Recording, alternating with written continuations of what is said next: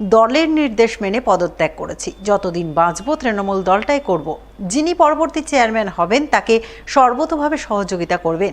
মঙ্গলবার দলের নির্দেশে পুরাতন মালদা পৌরসভার চেয়ারম্যান পদ থেকে পদত্যাগ করার পর বুধবার সংবাদ মাধ্যমের মুখোমুখি হয়ে এমনটাই বললেন পুরাতন মালদা পৌরসভার পদত্যাগী চেয়ারম্যান কার্তিক ঘোষ।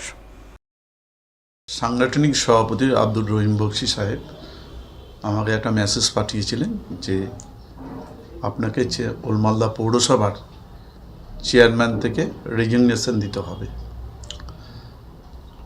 আমি গতকাল 25 তারিখে আমি আমাদের যিনি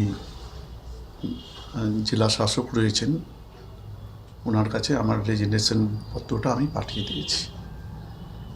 দলের আমি একনিষ্ঠ কর্মী, দলের আমি সৈনিক।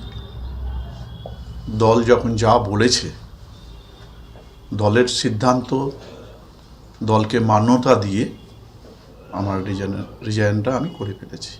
রাজ্যের মুখ্যমন্ত্রী, মানবিক মুখ্যমন্ত্রী মমতা বন্দ্যোপাধ্যায়ের সহযোগিতায় এবং এই ওলমালদা পৌরসভার সমস্ত নাগরিকের সহযোগিতায় এই পৌরসভাকে একবার শহরের রূপ দিয়েছি এবং বিভিন্ন টাইমে বিভিন্ন সময়ে আমাদের নির্বাচন হয়েছে।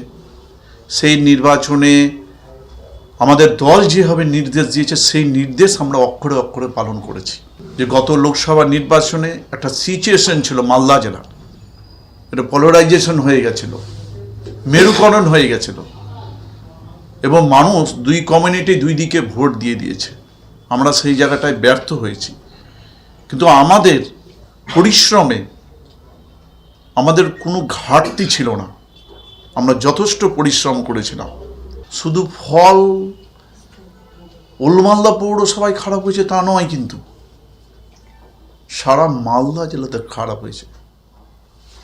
কোনো জায়গায় কেউ বলতে পারবে না যে আমাদের এই জায়গাটা, আমি বলুন আপ টু মন্ত্রী থেকে আরম্ভ করে জেলা পরিষদ থেকে আরম্ভ করে আপ টু আমাদের পঞ্চায়েত সমিতি, বিধায়কদের কোনো একটা জায়গায় রেজাল্ট হয়নি।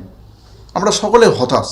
আমরা তাদেরকে কোর্ট করছি না, আমি কোর্ট করেছি না, কিন্তু আমাদের রেজাল্ট পাইনি।